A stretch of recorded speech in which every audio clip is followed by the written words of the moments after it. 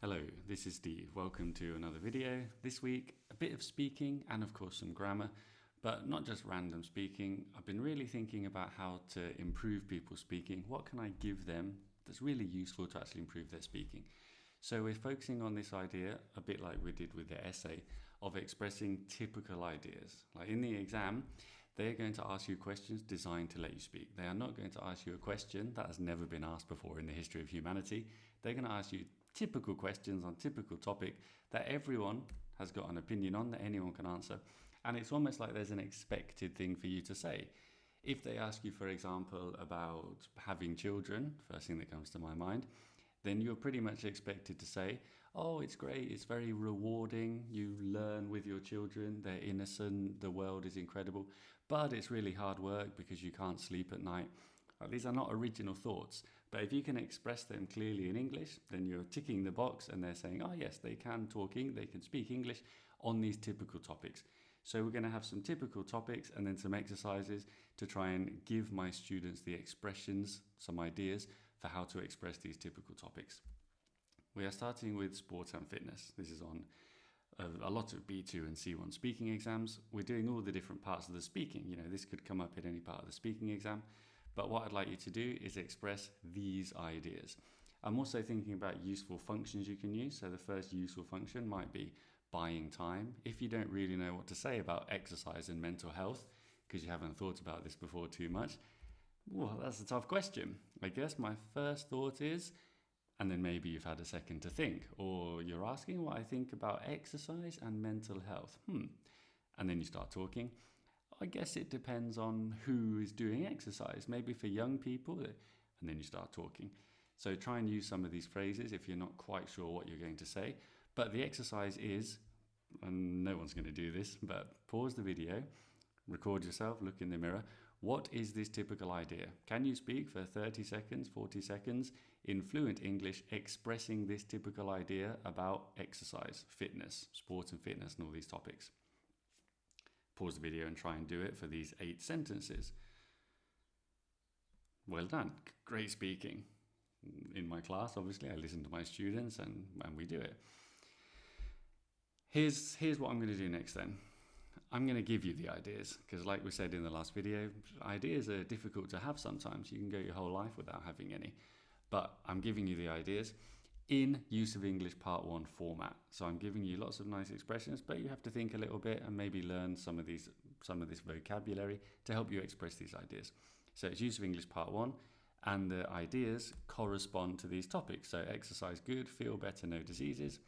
Regular exercise, nice expression. We talk about regular exercise, keeps you healthy, you feel better, and the risk of diseases. This is quite a typical expression that we would use, a common expression.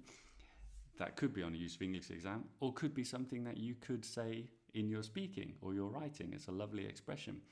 I always think, if they are testing me on these expressions in the reading and use of English in the B2 C1 exam, then they must think, the people who make the exam, that this is B2 C1 English. So use it in the speaking and writing, because then you're showing them that you know the English that you're expected to know.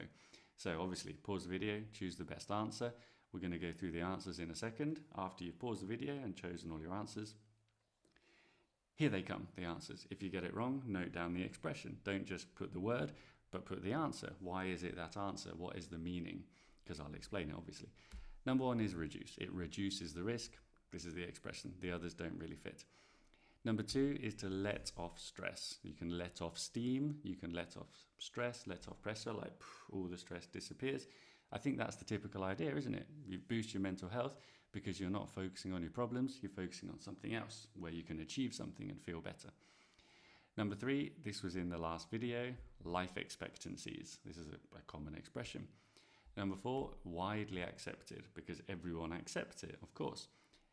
You can use these expressions. Don't just say, yeah, I think everyone says, no, it's widely accepted. Ooh, I would notice that if I was the examiner and a student said that in their English exam. The self-esteem is a big deal. If you're happy with your body, it's a big deal. It's important. A big deal means something is important. Bit more of an informal expression, but we're focusing on speaking here, so that's fantastic. Saying something is a big deal, saying it's important. Number 6, however, you might skip the gym. Try and use your linking expressions in your speaking. We've gone from advantages to on the other hand, however. So let's connect it. To give an example, of course, you give an example. That one's a bit easy.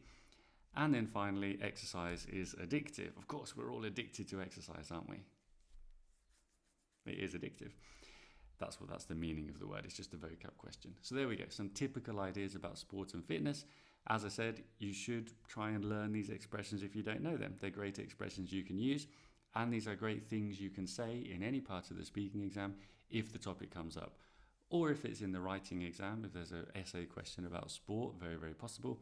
These are the kind of ideas that you'd be expected to express. Let's move on to part 2. This one's a bit more C1 because it's such a common topic for C1 is you have to talk about work. So we're going to do the same thing. This time we're focusing on giving opinions because I've got 8 questions related to work and you need to give your opinion on these. Try not just to say, in my opinion, I think, but maybe, as far as I'm concerned, it seems to me that, or from my point of view, salary, of course, is important because, and so on. So your first 5 questions are how important are the following aspects of a job or career, and you're giving your opinion.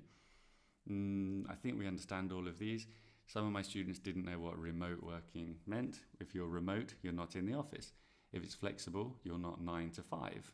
That's what that means. And then for 6 to 8, how important are these for a person when applying for a job? And soft skills, meaning skills that are not on a certificate. You don't have a degree in, for example, leadership.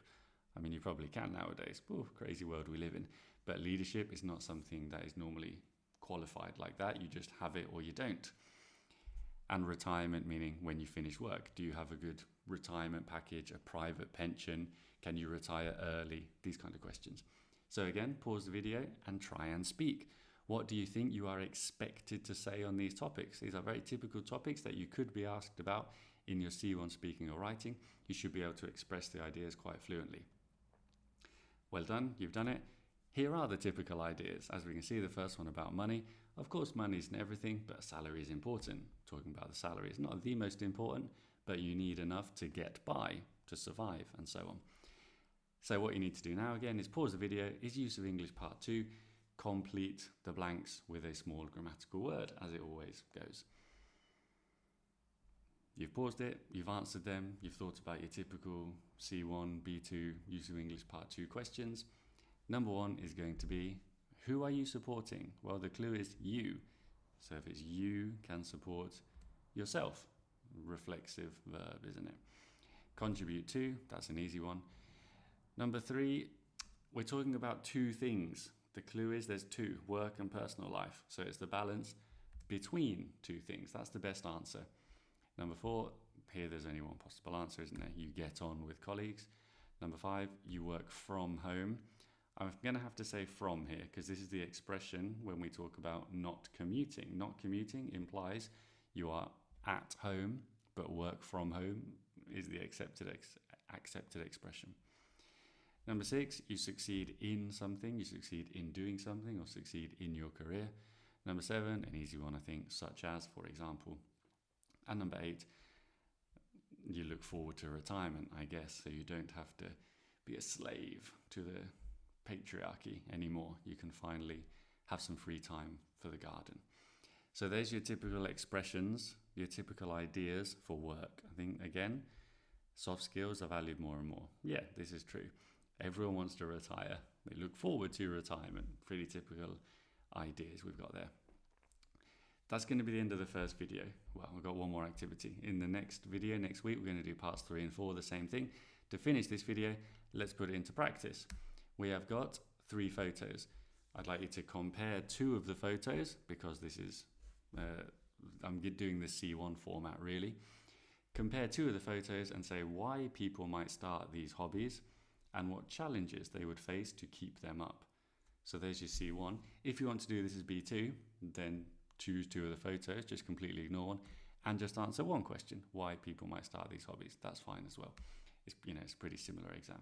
So there we go. Pause yourself for 1 minute, and you know how this part works. Answer the question. You focus on answering the question, which is why you need the ideas from before, because really it doesn't matter that she is climbing and she is doing yoga and she is biking and there are different colours of the things to hold, and there is a nice sun in the sky. No, what matters is why they start these hobbies, answering the question, showing that you've got the language level to express these functions. So 1 minute, time yourself, keep practicing. That's the point, isn't it? We will leave the first video there and we will continue next week with part 3 and 4, more speaking, more use of English. See you then.